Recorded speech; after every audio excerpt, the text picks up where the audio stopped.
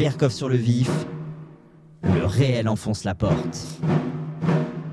Et oui, on se tourne vers la Slovaquie aujourd'hui, où on a une bonne nouvelle, André. Alors, une très bonne nouvelle, Roxane, vous avez raison. En tout cas, une nouvelle intéressante.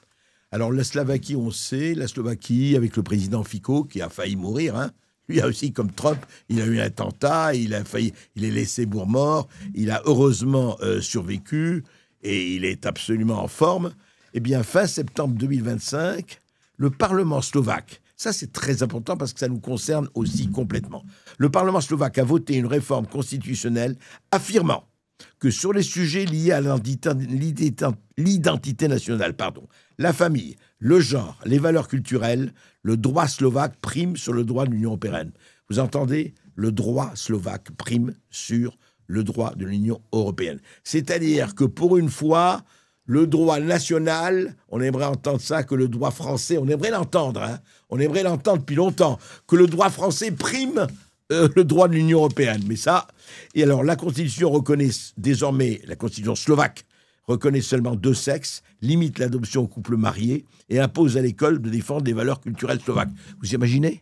Les valeurs culturelles slovaques, comment ? Mais ils sont retardés, ils sont pas woke ces Slovaques. Alors que nous, les valeurs culturelles françaises, mais qu'est-ce que ça veut dire, hein ? Disent certains, ça ne veut rien dire, oui. Voilà, Fico parle de souveraineté nationale.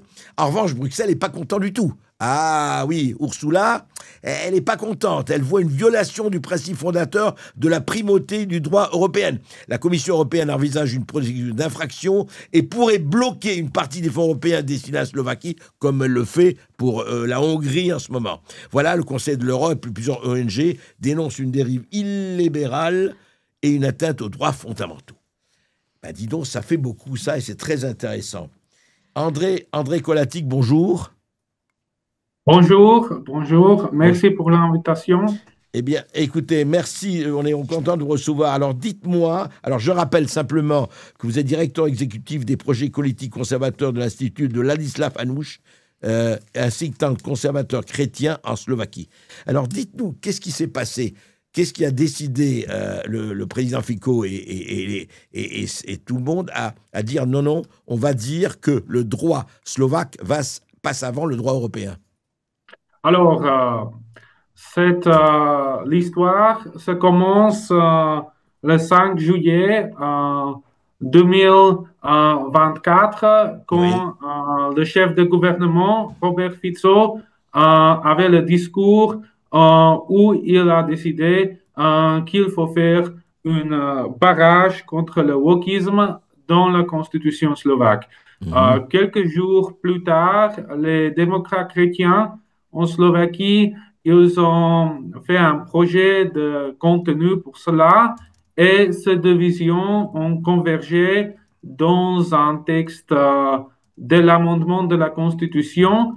On devrait voter sur ce texte dans le juin, mais il y avait un problème parce que on devrait avoir 90 députés pour le soutien, mais on a eu seulement 88.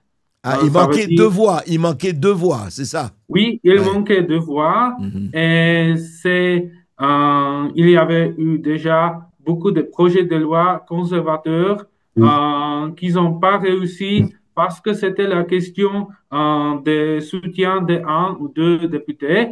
Alors, pour cela, on a décidé de postponer la vote jusqu'au mois de septembre. Septembre prochain, veut dire ce septembre prochain? Oui, ce septembre qui était, oui. Mais il y avait le problème qu'une députée conservateur, elle était morte pendant l'été. D'accord. Alors, c'était... qu'est-ce qui s'est passé? Madame Olivia Morel, qui est porte-parole de déclaration de Casablanca, et visité Slovaquie, c'était le lundi avant le vendredi où le vote était passé. Voter, oui. Oui, elle a parlé dans une discussion politique organisée par notre institut avec différents partis. On aussi, il y avait un problème parce que l'opposition en Slovaquie n'aime pas de voter sur les propositions de loi proposées par la coalition. Mais il y avait aussi une manifestation le mardi où les gens ont crié sur le président des démocrates chrétiens ne vote pas pour une loi de Fico. Mais ce qui s'est passé, c'est que les progressistes en Slovaquie, ils ont voté avec la coalition pour annuler une fête nationale qui était en même temps une fête de l'Église. Et ce tabou est tombé de voter pour un projet de la coalition. Ça a convaincu pour deux députés d'opposition pour attendez, juste André, projet. Oui, alors André Kolatic, donc le projet n'a pas, enfin le vote il n'y a pas eu de vote ou en tout cas la loi n'est pas passée ou elle est passée à la fin? Elle est passée, mais la différence se fait seulement de la nuit de jeudi à vendredi. Deux députés ont décidé de soutenir. Alors, on a eu 90 votes de députés pour le soutien et 90 de votes il faudrait. Donc, vous avez eu 90 pour le soutien. Oui. Donc oui. La loi est passée. C'est ça. La loi est passée. C'est ça. Donc aujourd'hui, on peut dire, André Kolatic, que la Slovaquie met, en tout cas dans les domaines qu'on a dit, met son droit national au-dessus de la loi, des droits européens. Le premier point de l'amendement de constitution, on veut dire qu'on maintient la souveraineté en question culturelle et éthique. Le contenu de cet article, c'était déjà dans une déclaration du Parlement slovaque qui était passée en 2002. Et ce principe s'est élevé à principe constitutionnel. Et on fait référence avec la phrase, le terminus technicus, identité nationale, ça fait référence au traité de Maastricht qui permet à des États membres de l'Union européenne de défendre ces identités nationales. D'accord.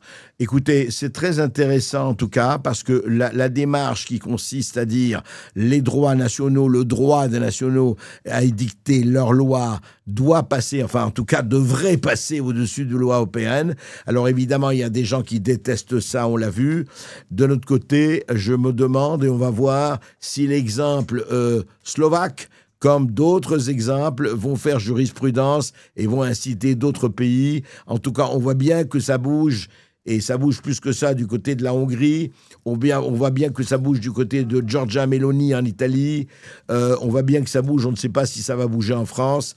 Merci, André Kolarik, et pas Kolatic, c'est bien ça. Merci. Merci beaucoup, merci pour l'opportunité.